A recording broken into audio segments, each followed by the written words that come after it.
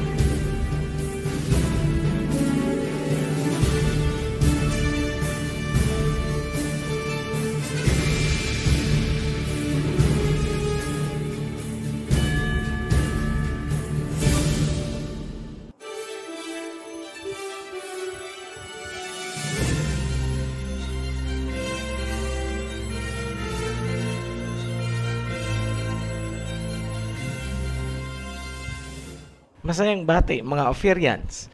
Natutuwa kami dahil nakikita namin na marami na ang namumula tungkol sa mga napapanahong mga isyu. Kami naman ay tuloy-tuloy na maghahatid ng mga kaalaman na kakailanganin ng mga Ophirians sa nalalapit na panahon.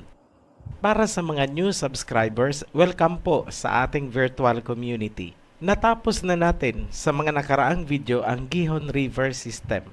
Ang parat naman ang ating tatalakayin ngayon. Ang salita pa rin ni Propeta Isaiah ang ating patnubay kung saan sinabi niya sa Isaiah chapter 30 verse 25, "Upon every high mountain are rivers and streams." Sa mga nag-aabang ng Pison River, ipapahuli po natin yan. Kumbaga, magsisimula tayo sa mga appetizers. Saka natin ibibigay ang main course. Magpatuloy na po tayo sa Parat River System. Maraming Bible scholars ang nagsasabi na hindi raw matatagpuan ang Parat dahil walang deskripsyon na binigay ang Biblia. Ngunit hindi po tayo nagpatinag sa mga ganyang pananaw. Noong ginamit natin ang salita ni Propeta Isaiah, nakita natin na ang Parat ang pinakamadaling hanapin dahil ito ay buong buo at tuloy-tuloy ang mga segments na parang train o tren sa Tagalog. Ito ay nanggagaling sa North Pole papunta hanggang South Pole. Simulan natin sa kahulugan ng salitang parat. Ayon sa Abarim Publications, ang parat ay nagmula sa Hebrew word na para na ang ibig sabihin ay be fruitful. Kaya ang ibig sabihin ng salitang parat ay fruitful. Yan lang po ang nag-iisang impormasyon na meron tayo tungkol sa Parat River. Dahil sa kahulugan na be fruitful, ipinagpalagay ng mga Bible scholars na ang parat ay isang maliit na ilog na nagbibigay ng tubig sa Fertile Crescent. Ang tubig daw ng parat ang nagbibigay ng masaganang ani. Itinuturo nila ang Tigris River bilang parat at ang Euphrates naman ang Hiddekel. Ngunit yan ay ating tinututulan. Para maintindihan ang rason bakit natin yan tinututulan, gagamit po tayo ng catalyst question. Ano ba ang scope ng creation sa Genesis? Ito ba ay hanggang Middle East lang at karatig lugar na itinuturing na cradle of civilization? Hindi ba ang creation ay isang pandaigdigang event o pangyayari? Malamang sasang-ayon kayo sa Ophirian heritage o sa aming analysis na sinaklaw ng creation ang buong mundo at hindi lamang ang Middle East at karatig lugar na gaya ng Fertile Crescent. Sa madaling salita, ang mga rivers of Genesis ay sumasaklaw sa pandaigdigang distribusyon ng tubig at ecological balance. Naniniwala ang Ophirian heritage na ang parat or be fruitful ay tumutukoy sa isang malaking lupain or tawagin nating kontinente na nagsisilbing sanctuary or breeding ground ng mga hayop at halaman. Ito ay isang tinatawag na center of biodiversity. Ang interpretasyon na yan ay ibinase natin sa Biblia. Nasusulat sa Genesis chapter 1. Creation of animals was done on the 5th day. Sa verse 21, mababasa, And Elohim created the great sea monsters and every living creature that creepeth, wherewith the water swarmed after its kind, and every winged fowl after its kind. And Elohim saw that it was good. Verse 22, And Elohim blessed them, saying, Be fruitful and multiply, and fill the waters in the seas, and let fowl multiply in the earth. So, kailangan po nating tandaan na ang sinabi sa verse 22 na be fruitful, ang ibig sabihin ay parat. Pagsama-samahin natin ang mga katangian ng parat at simulan natin itong hanapin. Number 1, ayon pa rin kay Prophet Isaiah, ang rivers ay nasa tuktok ng bundok. Number 2, ayon sa kahulugan ng salitang parat, ito ay be fruitful. Kung pagsasamahin ang number 1 and number 2, lumalabas na ang parat river system ang maghahatid ng masaganang tubig at sustansya sa isang lupain para sa mga halaman, kahoy at mga hayop. On a global scale, ito ay isang malaking jungle na sanctuary ng diverse wildlife. Tanong, saang panig ba ng mundo matatagpuan ang most fruitful wildlife at jungle? Saan ba ang most abundant flora and fauna? Saan ba ang pinakamaraming species ng hayop na hindi mo basta-basta matatagpuan? Sabi sa Bible, ginawa niya ang mga wild beasts. Kung ang iniisip mo ay ang Amazon jungle dahil sa pelikulang Anaconda, hindi ka nagkakamali. Ang fruitfulness ng Amazon jungle ay nauugnay sa Amazon River. Ito ang pinakamalaking ilog sa mundo ayon sa iniluluwa nitong tubig or volume of water discharge. Ngunit, ang Amazon River ay isang discharge lamang, isang drainage. Ang tinutukoy ng Biblia bilang parat ay ang pinagmumula ng tubig at hindi ang drainage or discharge. Diyan nagkamali ang maraming Bible scholars dahil nakapako ang kanilang paningin sa drainage habang binabaliwala ang source. Pero kung si Propeta Isaiah ang tatanungin, ano sa palagay nyo ang isasagot niya? Saan nanggagaling ang tubig na napupunta sa Amazon jungle? Ang ituturo ni Propeta Isaiah na source of water ay ang Andes Mountain Ranges. Ito ay mula sa hilagang silangan or northeastern hanggang sa ibabang dulo ng South America.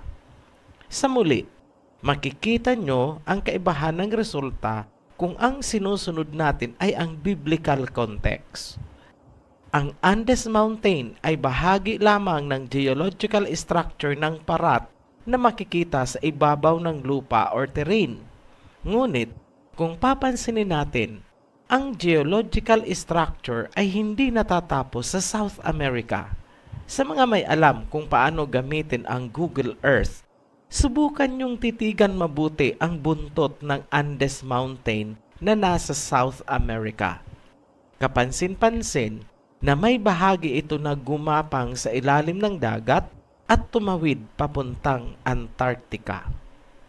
Puntahan naman natin ang hilagang bahagi o itaas ng Andes Mountain Ranges. Mapapansin nyo rin na ang geological formation ay umakyat papuntang Central America, North America, hanggang North Pole kung saan naruroon ang ulo nito. Ngunit, bago natin iwanan ang bahagi o segment na nasa South America, magmuni-muni tayo kung talaga bang tumutugma ito sa criteria bilang parat. Gumamit tayo ng mga catalyst questions ulit. Ang tubig ba ay nanggagaling sa bundok ayon sa turo ni Propeta Isaiah? Yes, ang tubig ng buong South America at Amazon Basin ay nanggagaling sa Andes Mountain Ranges. Ang Andes Mountain ba ay isang water delivery system? Yes. Kung walang Andes Mountain, mamamatay ang Amazon jungle.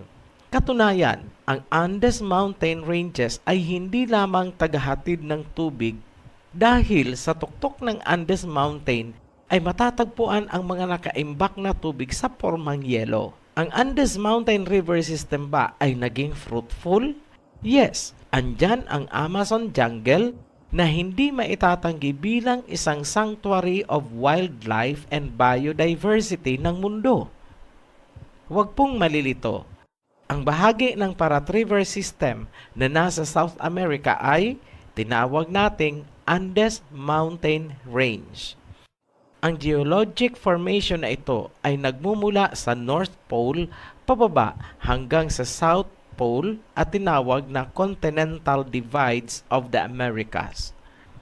Iwanan na po natin ang bahagi ng South America. Umakyat tayo, sundan natin ang geologic formation. Sa Central America, dinaanan nito ang Guatemala, Southwestern Honduras, West Nicaragua, Costa Rica, and Southern Panama. Sa Mexico area naman, dinaanan nito ang Chihuahua, Durango, Zacatecas, Aguascalientes, Jalisco, Guanajuato, Querétaro, Mexico Federal District, Morelos, Puebla, Oaxaca, at Chiapas. Kagaya ng Gihon River System, ang Parat ay may mga subterranean channels din na kagaya ng sistema Sac-Actun na matatagpuan sa Mexico ng Central America. Ang sistema Sac-Actun ang pinakamahabang underground river na may habang 259 kilometers. Sa area naman ng Amerika, United States of America, tumagos ito sa Wyoming kasama ang Yellowstone National Park. Ang Parat sa bahaging ito ay may katangian din na gaya ng sa Gihon.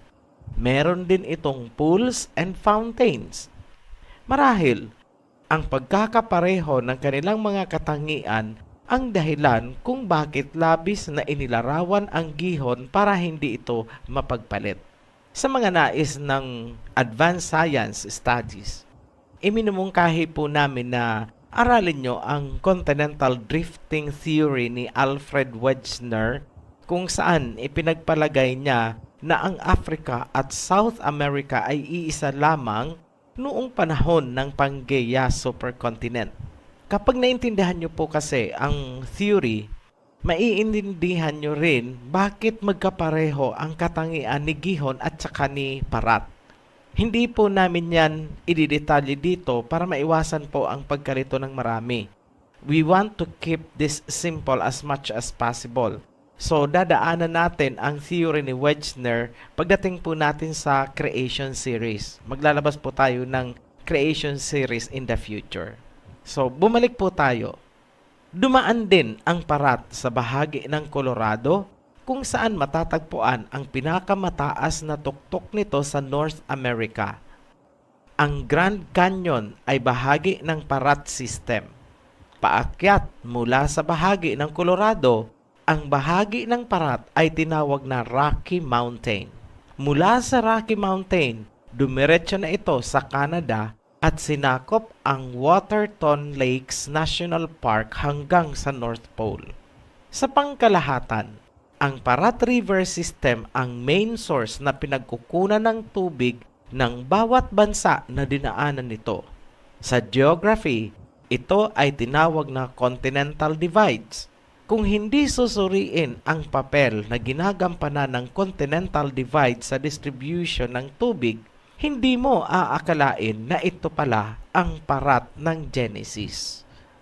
Mula naman sa pananaw ni Propeta Isaiah, ang parat ay isang river mountain at ito ay isang water tower na nag-iimbak ng tubig sa pormang yelo.